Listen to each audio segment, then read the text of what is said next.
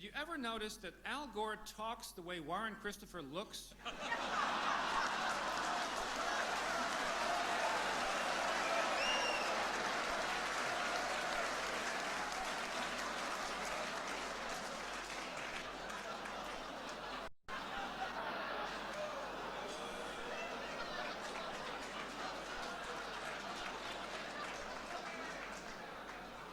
People are saying that the Vice President's report on reinventing government went large.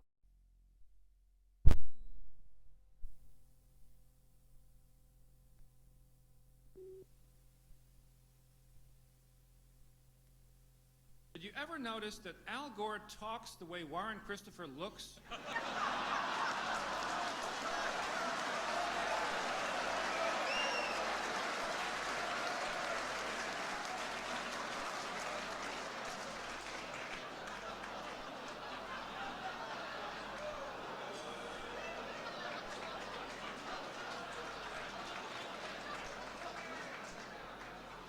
People are saying that the Vice President's report on reinventing government went largely ignored.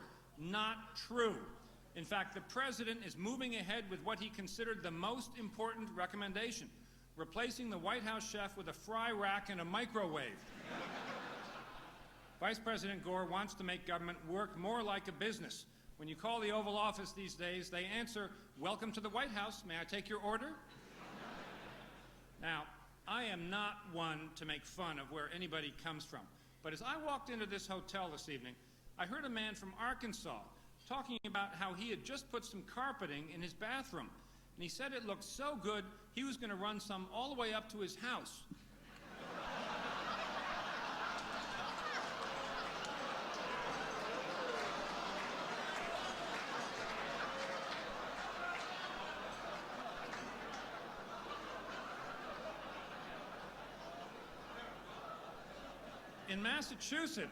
In Massachusetts, we were all really surprised by the whole Madison Savings and Loan story.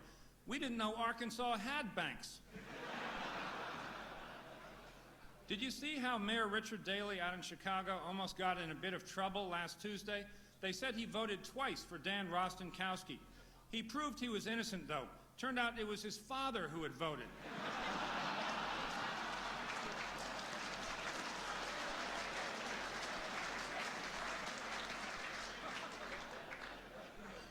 The wildest election this year is going to be that gubernatorial race down in Texas. Ann Richards versus George Bush Jr. Talk about going negative. Roger Ailes has already been hired by both sides.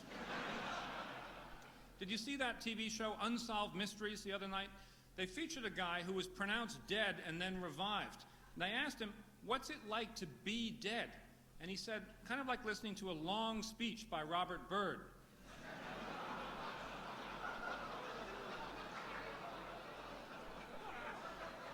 Well, there goes that super collider for MIT, I guess.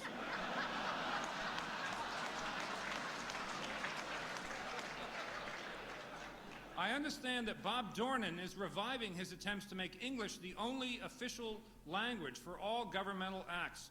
Some people will go to any length to get Fritz Hollings out of the Senate. Speaking of South Carolina, I support term limits, and I was pleased to read that we have a new convert to the cause, Senator Strom Thurmond. 40 years in Congress, and now he supports term limits. It's kind of like Caligula endorsing celibacy.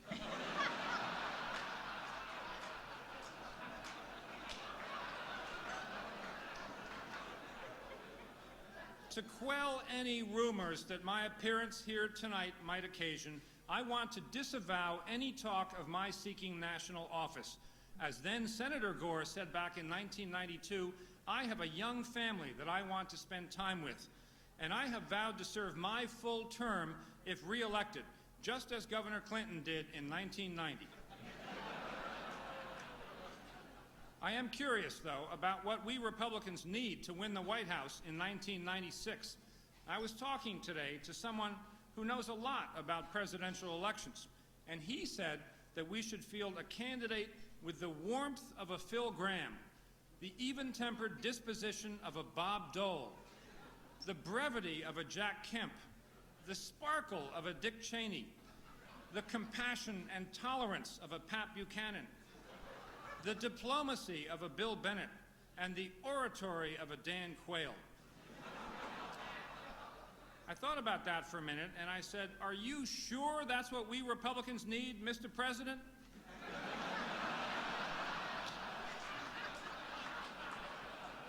And he said, "Republicans, I thought you asked what I need." Good luck, Mr. President, and good night, everybody. Good job. Good job. Very good.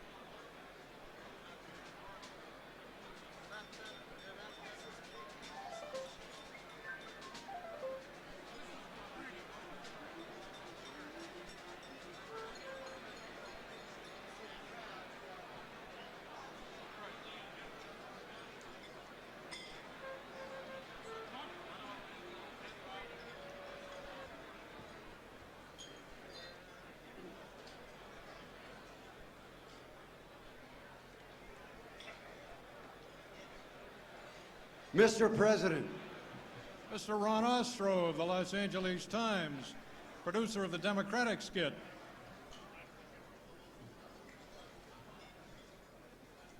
now we're really into the tryout zone.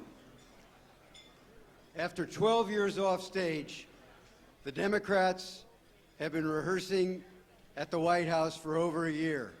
And if they got their act together, no, no, no, no, no, no, no, no, no. They don't know any more about putting on a government than we do about putting on a show. Mac McClarty has been a friend of Bill since kindergarten, which was perfect on-the-job training for what he's doing now as White House Chief of Staff.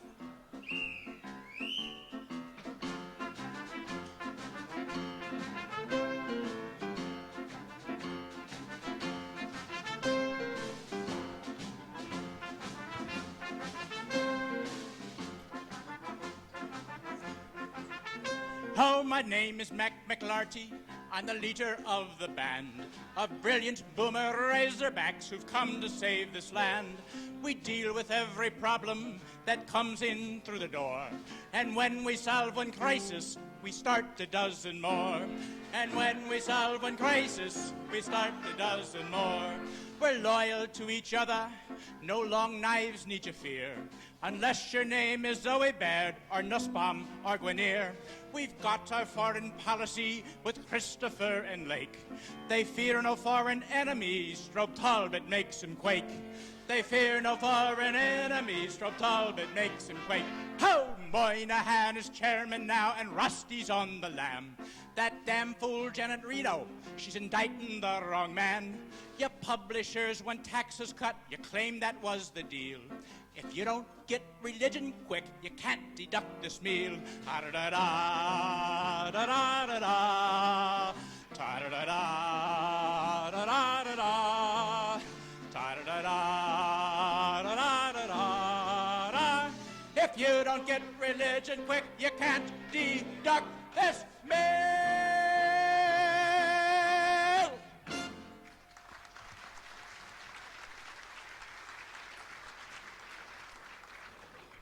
Well, those are pretty complicated steps, but they're nothing compared with that puzzle of a health care plan. Who designed that thing? Well, they couldn't find a regular newspaper guy to take the job, so they had to settle for a magaziner.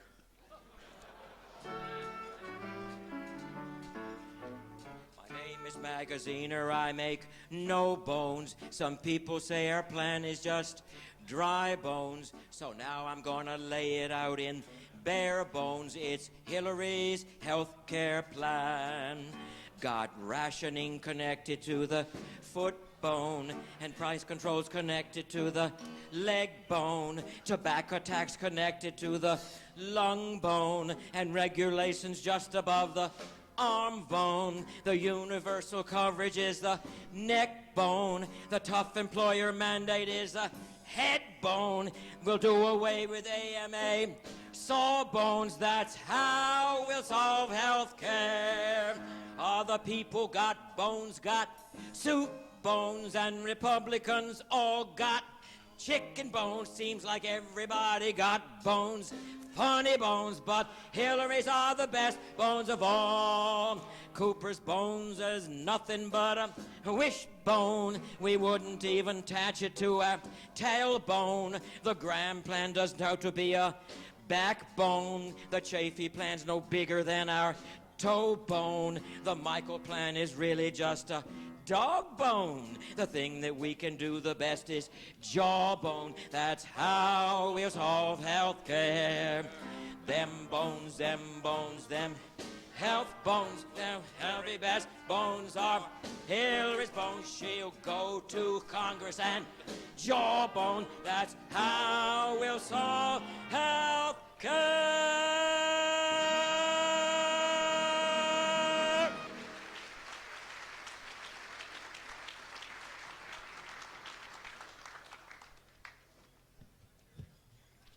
And now, this word from our friendly health insurance couple, Harry and Louise.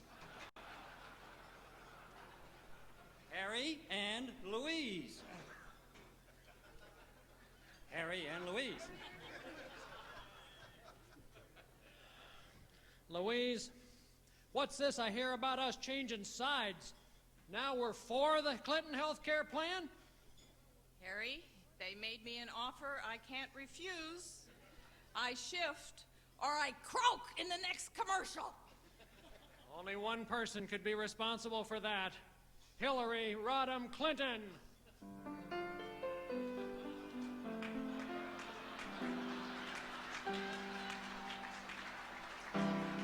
I used to dream that I would discover the perfect Bubba someday.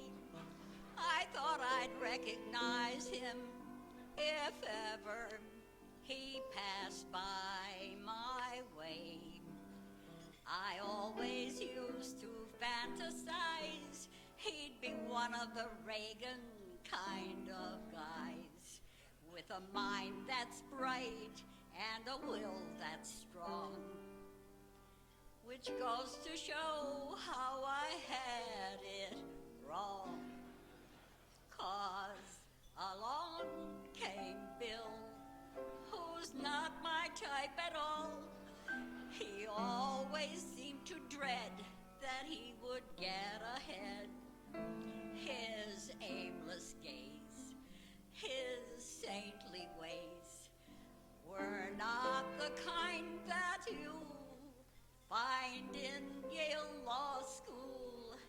But I can complain. It's easy to explain why he's my fan. He loves me because the truth is that I made Bill first man. He's just my Bill, an ordinary boy. He hasn't got a thing that I can brag about. And so to be his first lady, quite frankly, just doesn't feel natural to me. So let me explain. It's surely not his brain that makes me thrill. I chose him to be the president, and yet he's still my Bill.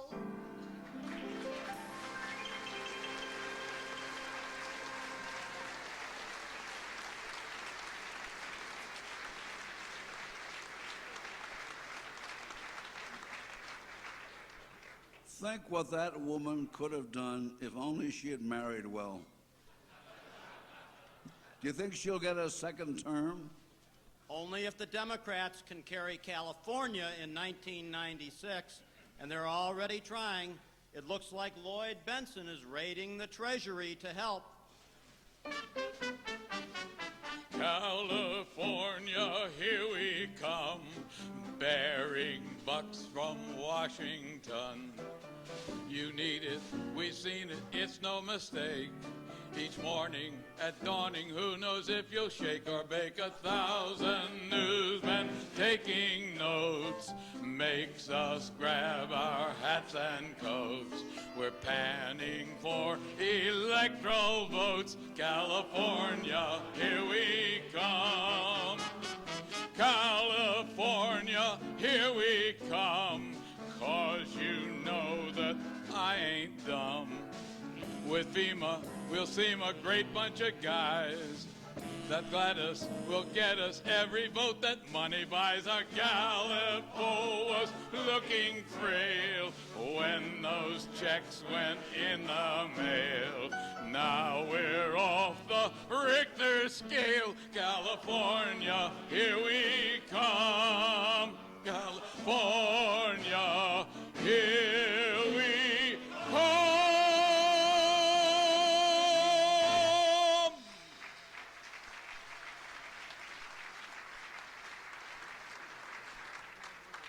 You know, the real mystery at the White House is David Gergen.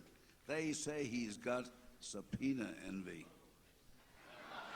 Nobody knows whether he's a Republican or a Democrat.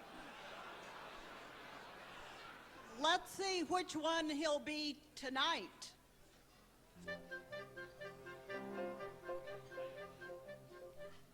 "'Tis a puzzlement. What to tell a president? Did I try to cover up for Richard Nixon, or advise him to release the tapes instead? Did I tell him it's too late to put the fix in?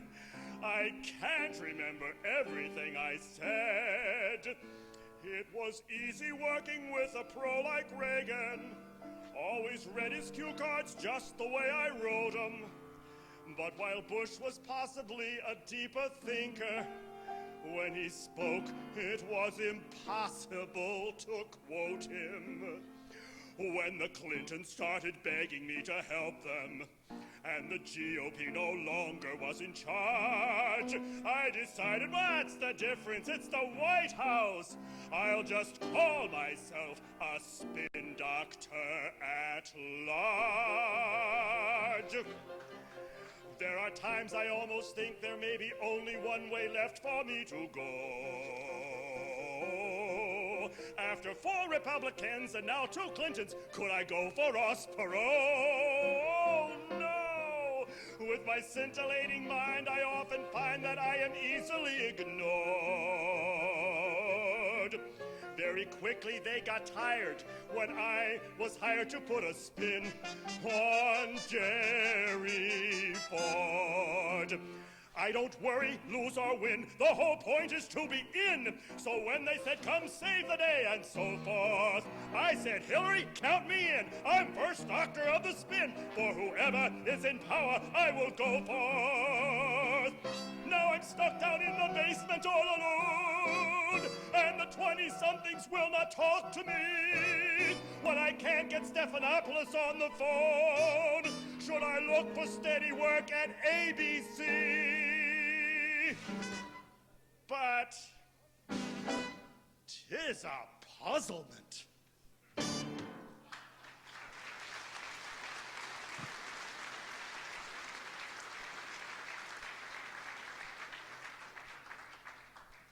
Then there's Alan Greenspan.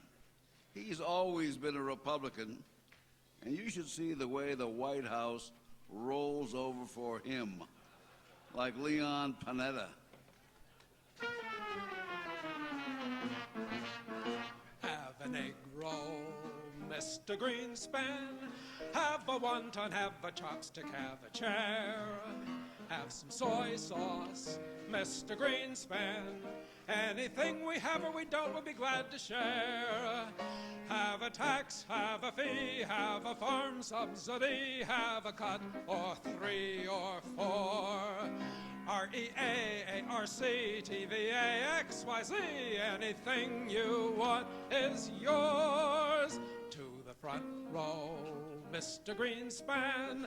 Lower interest equals easy credit loans. You're a Republican, Mr. Greenspan, but the Democrats are too. Hey, what's the matter, Mr. G? Clinton loves your economy. Mr. Greenspan, he loves you.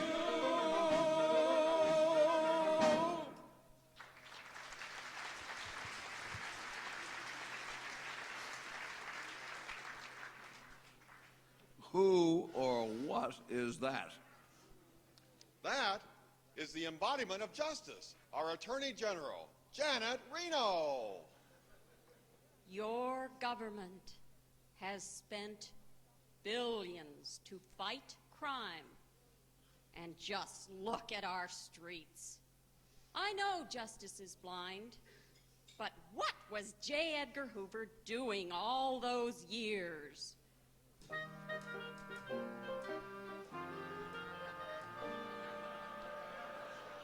Just my name made 'em quiver. I knew how to deliver threats and abuse.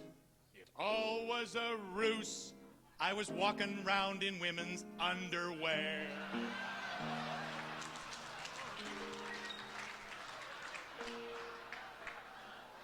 Ladies' gowns were my passion.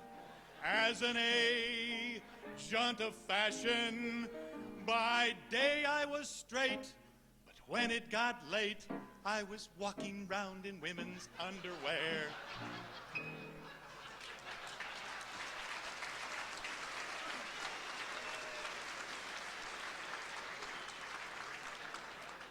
And if the FBI couldn't deliver, you always had the good old CIA.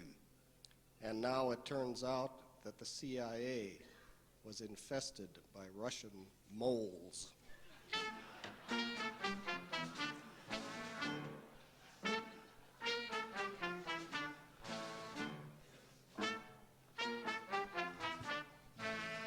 I know a super secret place where Russian spies meet face to face and do their thing without a trace.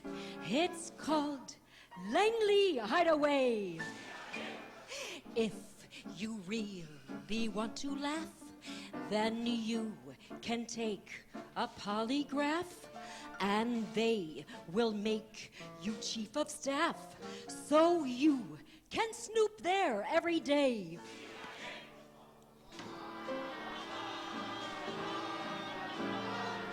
You can drive a limousine or any kind of car.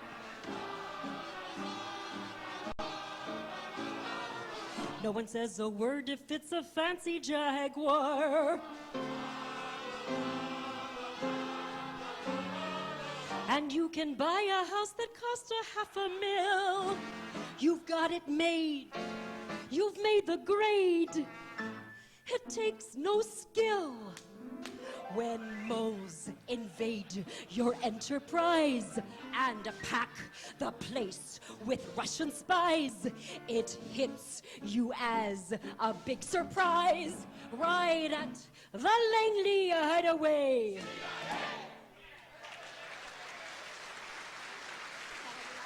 Follow me out.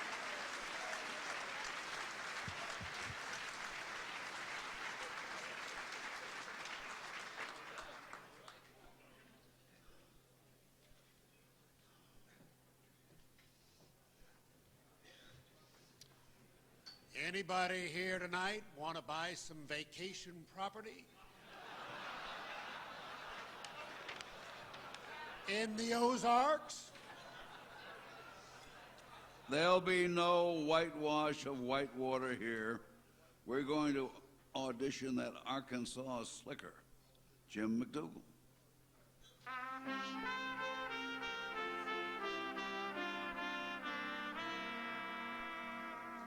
Reporters call me Diamond Jim McDougal, and what they are all saying is a crock. Those sweetheart loans we made were very frugal in Little Rock. Bill's critics told reporters on their faxes about his gifts of underwear and socks. He only took a little off his taxes in Little Rock. Little Rock, Little Rock, stories sound a bit bizarre. But in Little Rock, that's how things really are. They say that Hillary's calling all the signals, and her financial talent you can't knock. But now with Robert Fisk, we run a greater risk. Those troopers and those snoopers spoil the fun in Little Rock.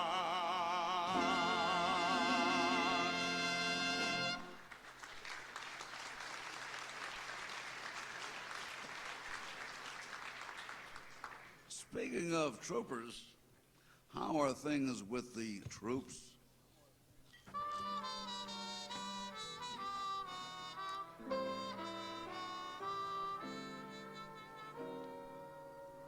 Where did they get this crazy idea? Don't ask, don't tell.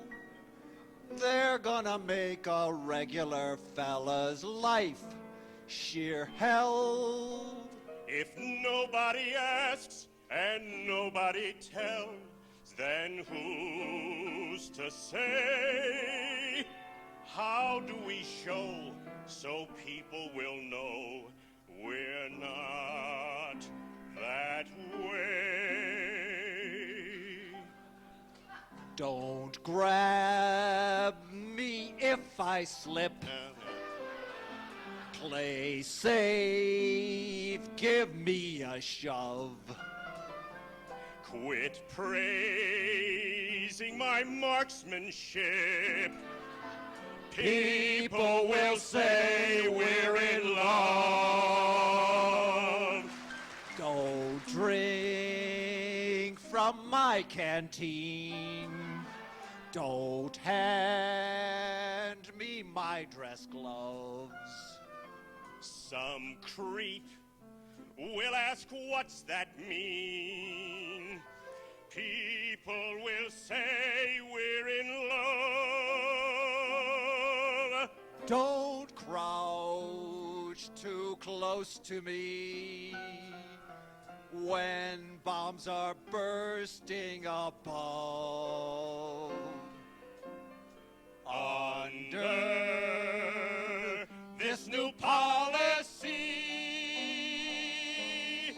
people will say we're in love.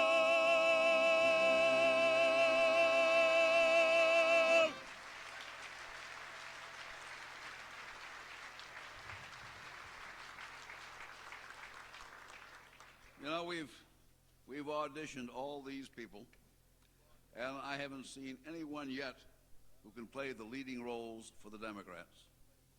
How about Tipper Gore? I could see that name up in lights.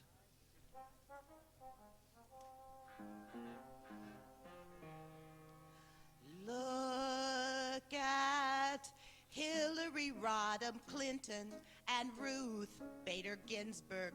Oh, I really must explain. I could have real power, have an office with a shower if I only had 3 names. Think of Carol Moseley Braun, even Marilyn Tucker Quayle. It is causing me such pain. My baptism was deficient. What I've got is not sufficient. If I only had 3 names.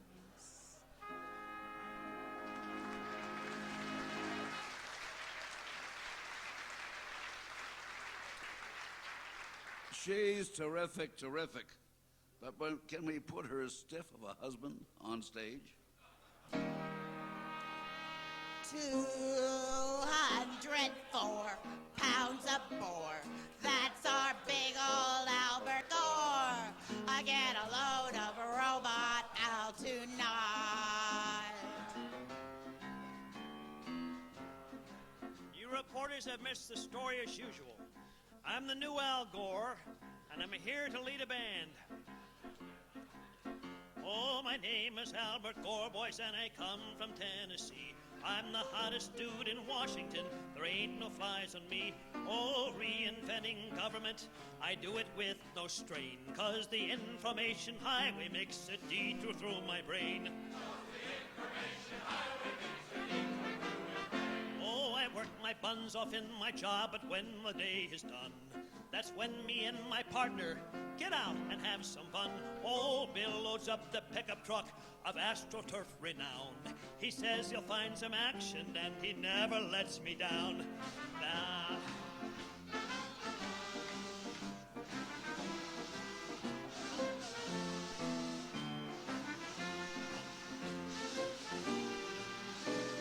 Not even Stephenopoulos can...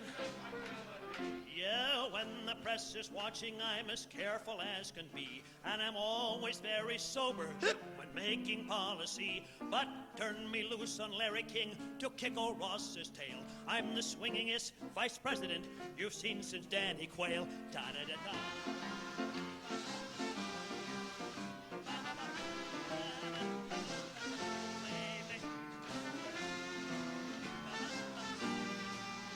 He's the swingingest vice president you've seen since Danny Quayle.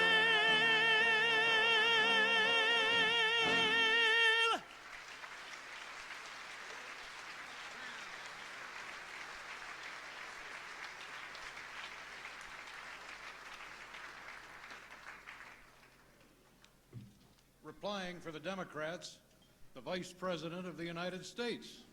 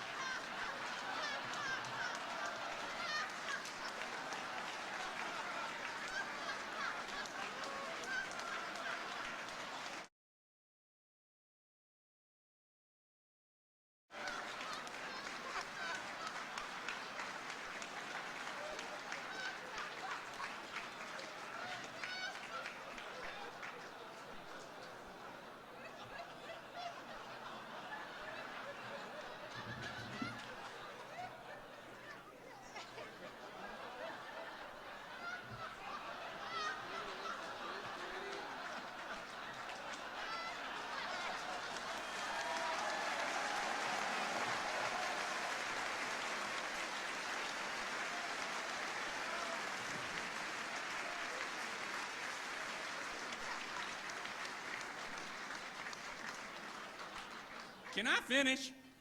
Can I finish? Stop interrupting me.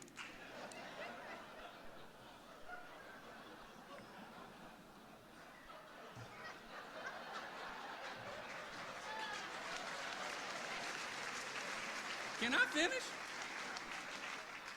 Good evening. Mr. President, Mrs. Clinton, Tipper, Gridiron members, distinguished guests, and fellow stiffs.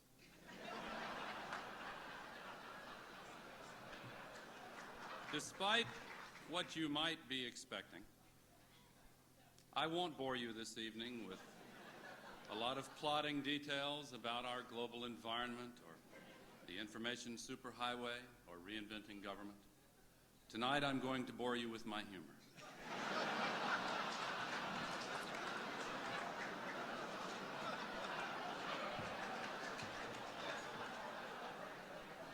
It is a great honor and my great pleasure to address you this evening. And in the interest of promoting recycling, I'm pleased to announce that the speech I'm about to deliver tonight was first used by Walter Mondale in 1978.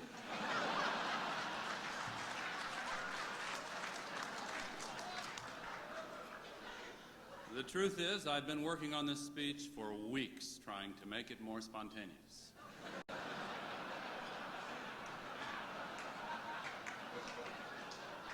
I know that at long last, tonight is my chance to rectify my reputation as a kind of stiff, humorless guy.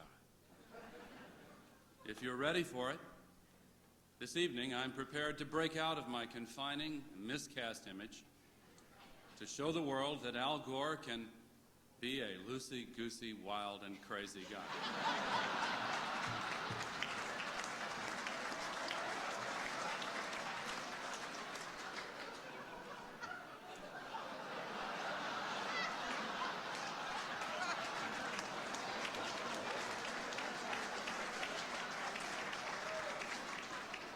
Want to see it again?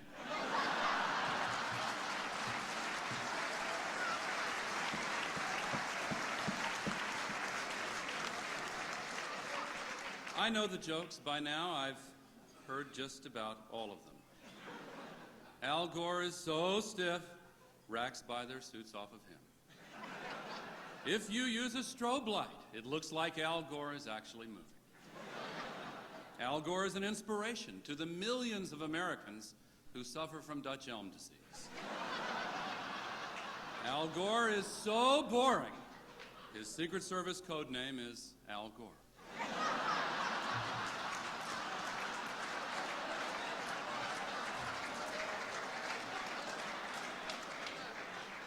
And every time I hear a new one, I always have the same response. Very funny. Tipper.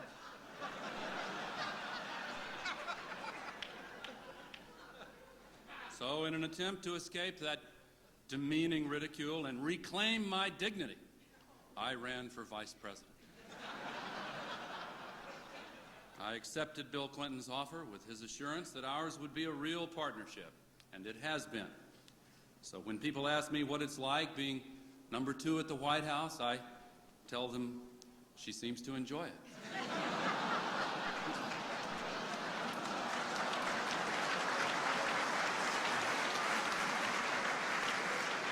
Let me say I have a terrific relationship with the First Lady and great respect for her role and ability. I appreciate how she and the President have gone out of their way to allow me to contribute. Just last week, she called me personally to ask, Al, how well do you cook low-fat American food?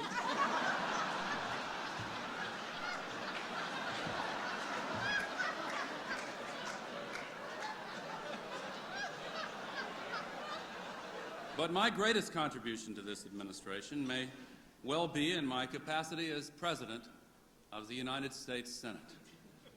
The other day, I suddenly realized every time I vote, we win.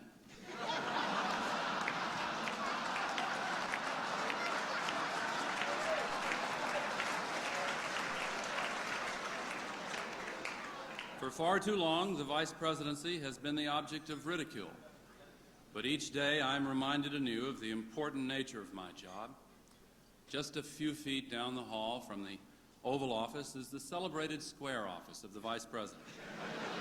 On the desk in that office sits a red phone.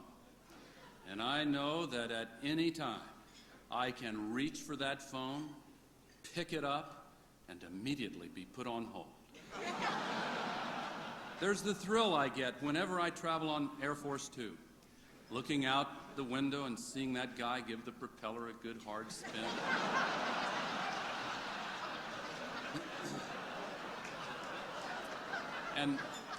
And then, of course, comes that moment during my weekly lunches with the President when he turns to me and utters those historic words, "You gonna finish that?"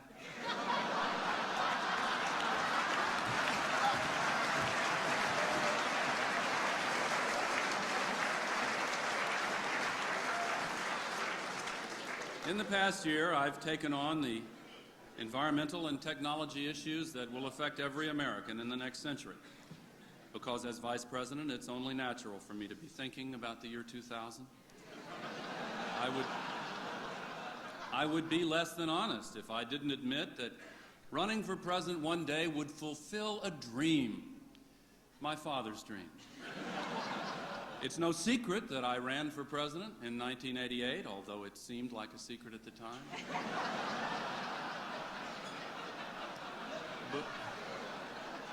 Before I announced my candidacy, I resigned from the discriminatory club to which I belonged, and to this day, I am no longer a member of the Hair Club for Men. Back in the '88 campaign, I was accused of feigning my Southern roots. Let me state here and now that while I may have attended St. Albans School here, my heart has always been in Tennessee. Nobody loves the Grand Ole Operetta more than me. And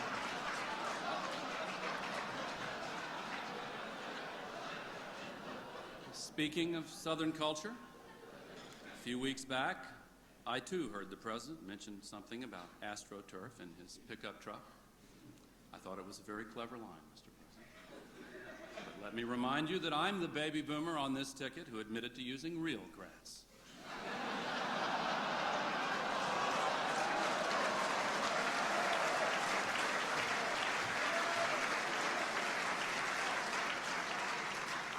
Incidentally, you know, if there's any tension at all in my relationship with the president, it stems from the fact that I'm a fourth-generation Tennessean on both sides, and he gets to be called Elvis.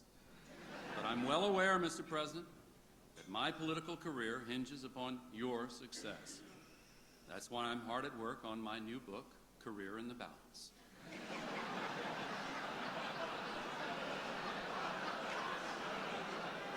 One criticism we hear in the White House is that we have never fully made the transition from the Clinton campaign mode.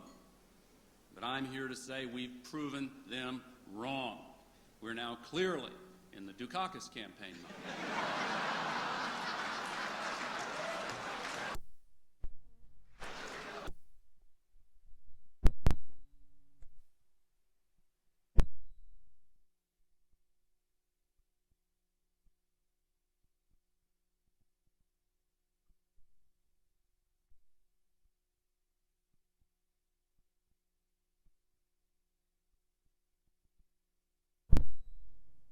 Whitewater investigation going on right now until Lloyd Cutler told me you'd all be subpoenaed.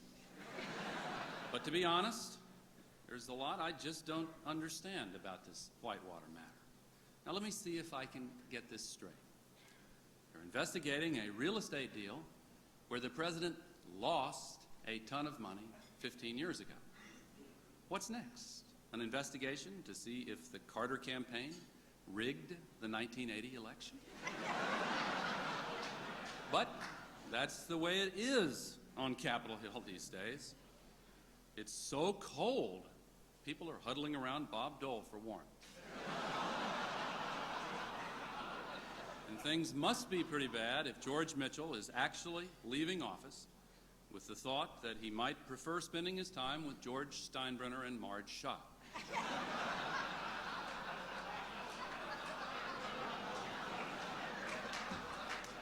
You have to wonder how he would ever learn to handle all those millionaires with giant egos, but you don't have to wonder long. He's coming from the Senate. That's why I'm so glad the Gridiron imported a Republican from outside of Washington to address the club tonight. And I was excited when I heard you invited the person described by many as the most exciting newly elected governor, Republican governor in America, but Christine Whitman didn't show up, and in her place is Bill Weld, who I am genuinely pleased to welcome back to Washington. Bill is the rarest kind of Republican, a Republican from Massachusetts. A Republican from Massachusetts is sort of like a moderate from Iran.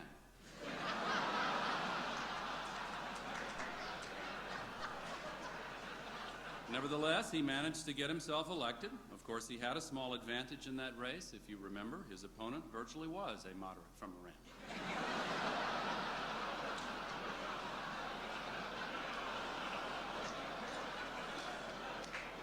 Governor Weld has successfully cut taxes in Massachusetts, but he doesn't come here to Washington to ask for praise and glory. He comes here to ask for federal money and grants.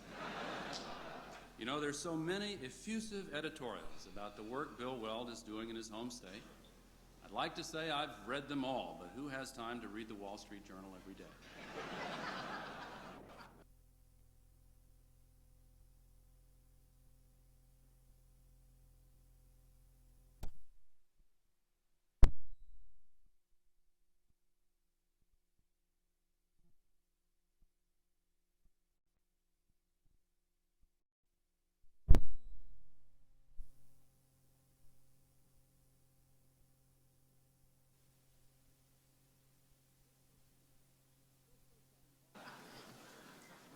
Bill first got involved in Massachusetts politics by accident. It began when his family's estate in Cambridge got so large it was designated its own legislative district.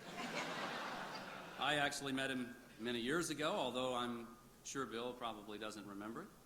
I was sitting in a car in Cambridge, stopped at a red light when a stranger pulled up next to me and said, "Pardon me, do you have any Grey Poupon?"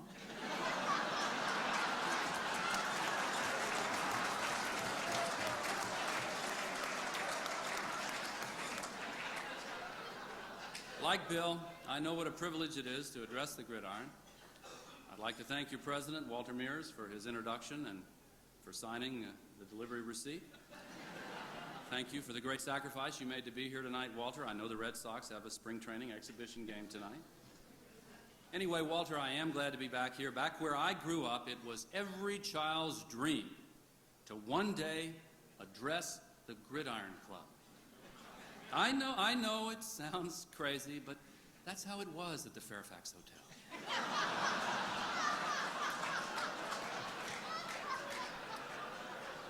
So the invitation to address this room tonight is especially meaningful, and I thank you again for the honor. And actually, it is the culmination of many honors, and I'm grateful for them all. The honor to serve this president and work with him side by side, day after day. The honor to follow in the footsteps of my father, to represent the people of Tennessee, and the opportunity to try to make my state and my parents proud. The honor to stand before so many of my good friends here tonight, with Tipper by my side. The honor to make my children proud of me. And if I can continue to make my 3 girls and my little boy proud of their father, not just now, but years from now, when I've finished my work in public life, that would be the greatest honor of all. Because, ladies and gentlemen of the Gridiron, if there is one lesson I'd like to pass along to my children, in fact to all children, it is this. Here in America, any child can grow up to be vice president, no matter how small a state your father was elected senator from. Thank you very much.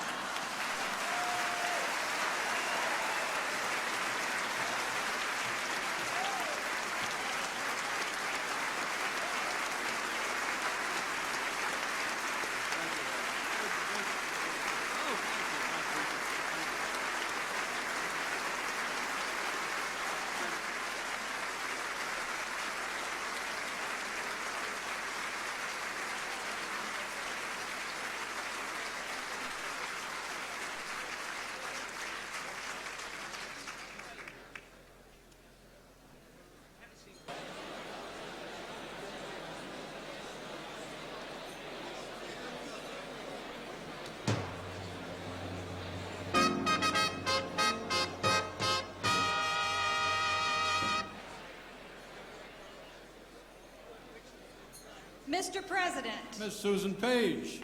Mr. President, this has been a long night of trials and tryouts. And we appreciate the audience bearing with us through all these auditions. But it has really paid off. You are not going to believe what's happened.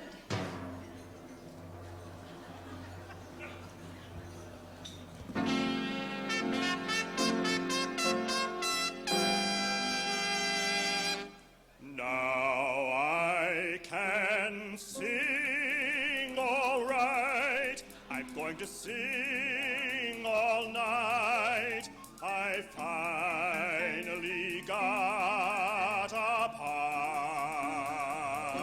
part, because I am a ham, oh yes. Yes, I really am. At last I got my start. Now I can trip the light fantastic. I'm ready for Carnegie Hall. So now you'll know that I will sing until I die, for I can sing, sing, sing.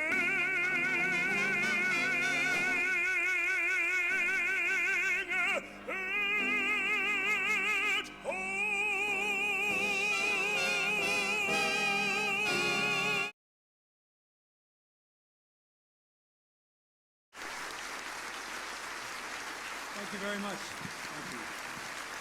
Thank you very much. Thank you. Thank you.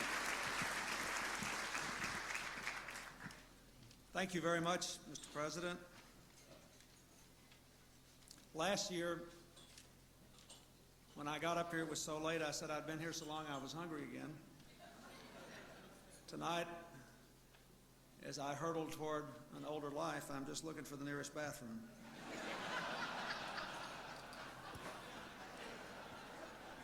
I can't tell you what an honor it is to be here tonight. I can't. But I'll tell you one thing. I don't know what Al Gore drank before he showed up here. But I hope to God it's legal, and I want him to drink a whole lot more of it for the next election.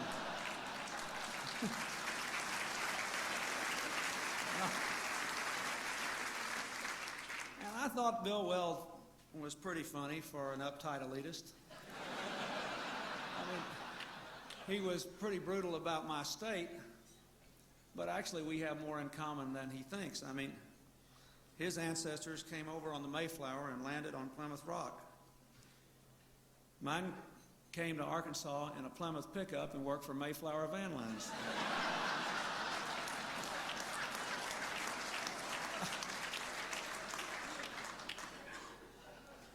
Tonight, as Hillary and I were leaving the bunker,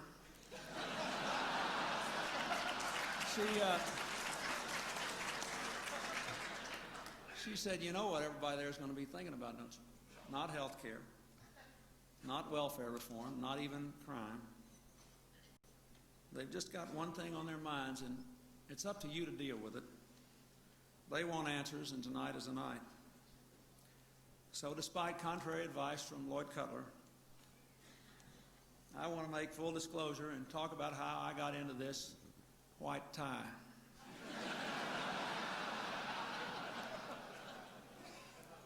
I financed it at a bank, not an S&L. To tell you the truth, it wasn't such a hot investment. I've lost money on it. I'm not quite sure how much, but when I figure out, I'll let you know.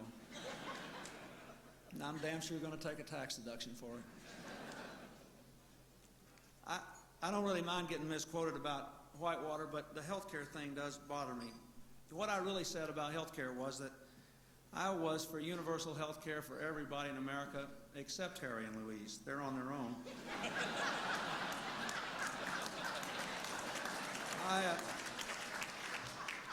I want you to know that Hillary and I have been bewildered about how to sort of clarify what this health care issue is all about.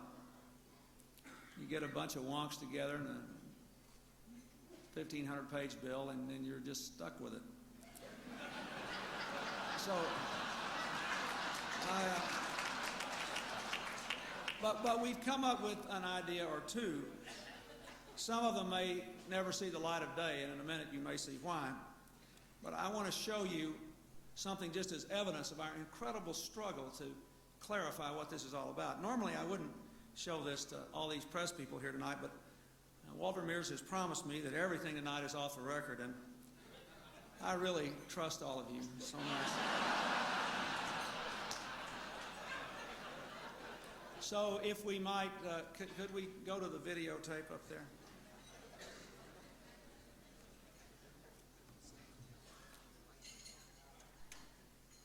And now let's Harry and Louise.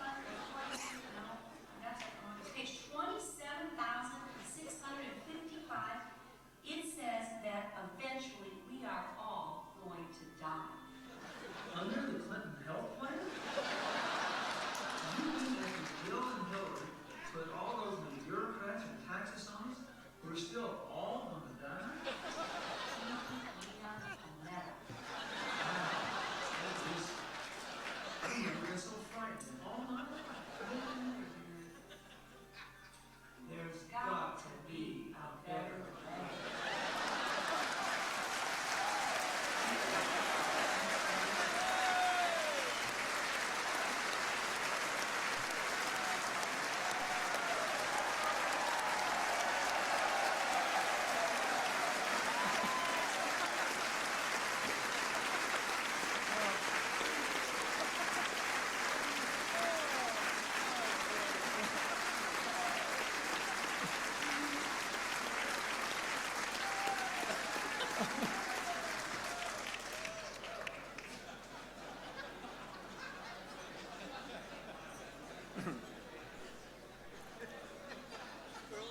So we're trying. Now we have to reach out to the Republicans. And I'm very frustrated because I like so many of these Republicans. I love Alan Simpson. He tells me jokes. Unfortunately, none of them are repeatable at public places. I love Pete Domenici. Just like him, I'm almost as much of a tightwad as he is. I don't want to spend a nickel to see the cow jump over the moon. But I cannot get any Republican to change his or her position on anything, with one single exception. I did get Al D'Amato to change his position on the statute of limitations issue.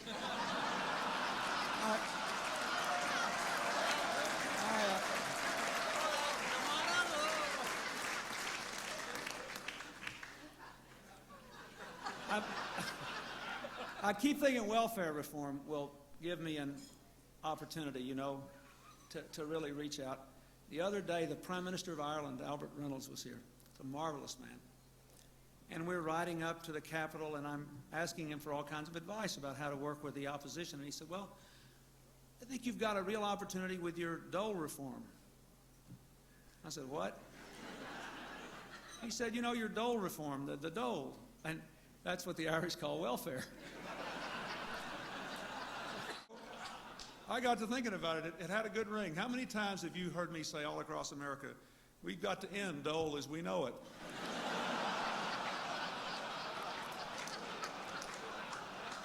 How many times have you heard me say, dole should be a second chance, not a way of life? Well, anyway, we agree on some things. We like the 3 strikes and you're out deal. You go to jail. 3 strikes and you're out, you go to jail. Except in Virginia, you enter the Republican Senate primary.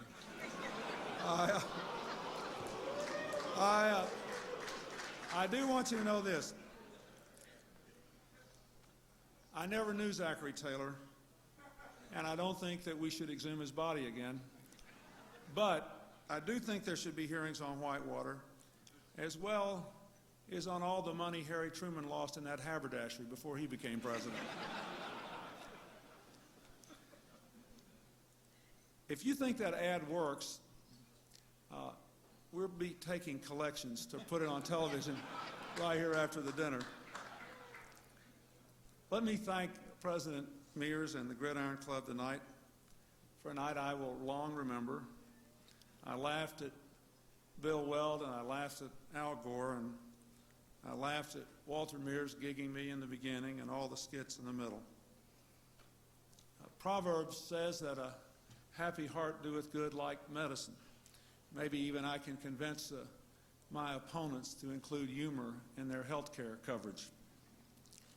And maybe all of us can remember to laugh a little bit in this place we occupy at the intersection of our nation's government, our national media, and our people's future. If we can laugh, perhaps we can better assume our responsibilities and be faithful to our common trust for the future of this country. 81 years ago, Woodrow Wilson began a tradition by holding the first news conference. I don't remember the first question Helen asked him.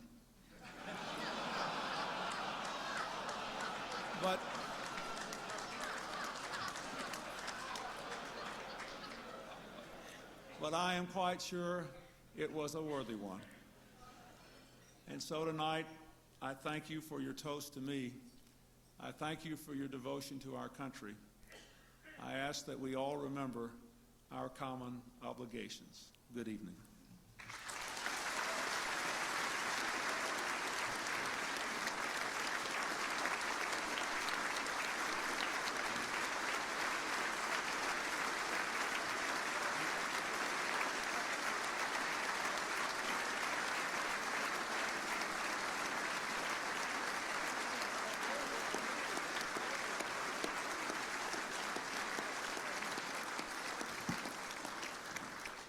Thank you, Mr. President.